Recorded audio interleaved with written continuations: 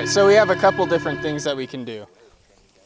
We can use this veil here, then we can also throw it over, and then I'd like to tighten it up, and I'd actually get rubber bands or paracord or something, throw it around here, and actually the tighter you make this, you can actually still see through the scope. So that's kind of a nice way, an easy way to camouflage. Another thing that you can do is use a wrap, which this is super easy. I'd use a piece of paracord, and all you have to do is wrap this around. 2 minutes to make. Just wrap it around here. Go ahead, throw this over.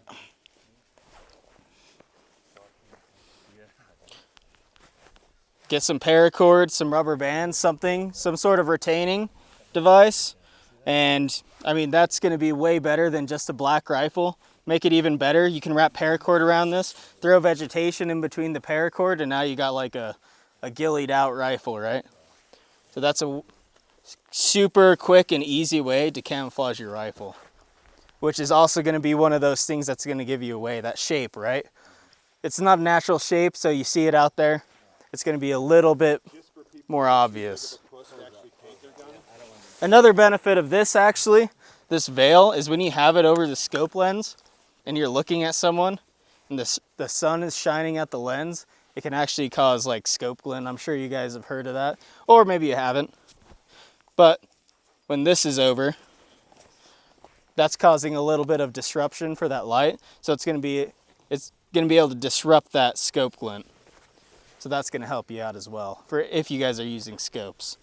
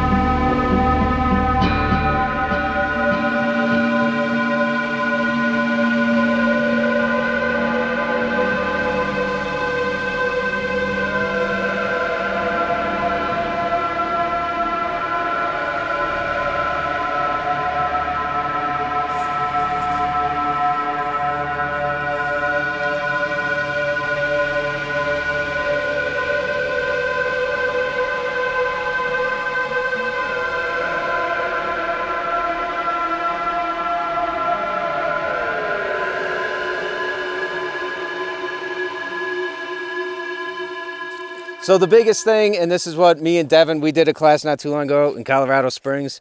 Does everybody recognize this one? Okay. So the biggest thing with the RATS tourniquet, does it work? Yes. It is not TCCC approved, okay? So that means the Committee on Trauma for the military, everybody else, they do not recommend this. And the only reason why is because if you look at the width of this and you look at the width of the CAT tourniquet, it's because they've shown that this causes unnecessary tissue strangulation and death. That is why they don't recommend it. Does it work though? Yes. Is it better than nothing? Absolutely. So in the civilian world, can you easily fit this in your pocket? Definitely. Now the nice thing is, talking about, you know, being out with your family, everybody else, when we teach these medical classes, I try to make it as relevant as I can, right? we're learning something for this scenario, but you guys might be out with your, at the mall with your family, your friends, whatever. The nice thing is, what is the new generation made famous again? Fanny packs. This fanny pack, I have basically a full IFAK in, and no one's ever gonna know I'm walking around with it. So those are some nice considerations. For the cat tourniquet, just real quick, throw it over somebody's arm, make sure we're all familiar with it. Everybody's good. Do we need to go over it? All right. So the biggest thing with the cat tourniquet, high and tight if you have an injury right away initially. So again, no medicine in a gunfight. Now there's a couple different ways you can do. So I wouldn't put it through right away first. I would tighten it first. And then this is the other thing I wanted to see what you guys have seen, been told. I've seen a lot of people, they're taught to go through like that. When you get somebody, the only reason is because when you get somebody sometimes very petite and it looks like you have to keep going around it, I've seen people pop this out of place. So just keep that in mind. If you can't see it, let's say it's low light, I can't exactly see what's going on, but I'm able to get this over. This will always fold back on itself just so it's out of the way. Do you ever cut a tourniquet? No, we never want to cut it. We never want to cover it up. We want to make sure it's visible. If we can put the time on it, great. High and tight works great in a gunfight, but if I can actually see what's wrong, where does the tourniquet go? Right above it, ideally 1 to 2 inches above the wound until the bright red blood stops, right? That's when we keep twisting it. So one of the biggest things, and Devin saw this in the classes we did. So in the civilian world, in the military world, law enforcement world, these tourniquets are always like this, right? They're always pre-looped. So it's designed that if you're hurt, you can put it on yourself, right? In the civilian world and as a medic, mine were never pre-looped. And the reason for that is because you kind of struggled because you were trying to get it up over his ankle, right? Yep. Versus where if it was already open, I just get it over, I get it on right away. So there's a video out there in Baltimore Police Department. They had an officer shot in the leg, and it took them, what was it? I timed it. It was like 48 seconds because they were trying to loop it over her ankle to try to get it on the wound. That's the bus one, yeah. And it was, I mean, a lot of it was probably not a lot of training, but everyone was so ingrained that just loop it over the injury, you're not going to do that. Overseas, I dealt with IEDs a lot. We'd have guys, they'd only literally have chunks of like their thigh left. Am I going to try to gingerly loop this over my friend's femur that's exposed? No, I'm not.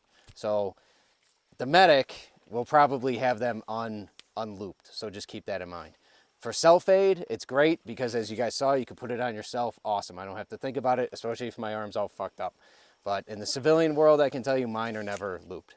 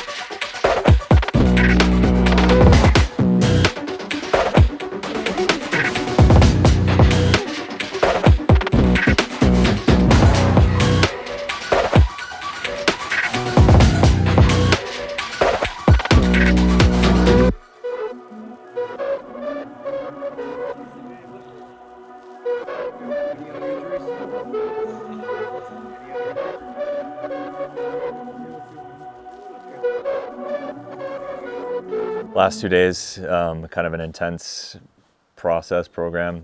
Spent a day learning, going through a number of activities, learning how to operate in groups in small team tactics, and then how to communicate and then go through a process of really taking what we learned and trying to put it in real life. So overnight and day 2 dealt with how do we deal with this in a real life type situation, going through some exercises to bring all those tactics, the training together.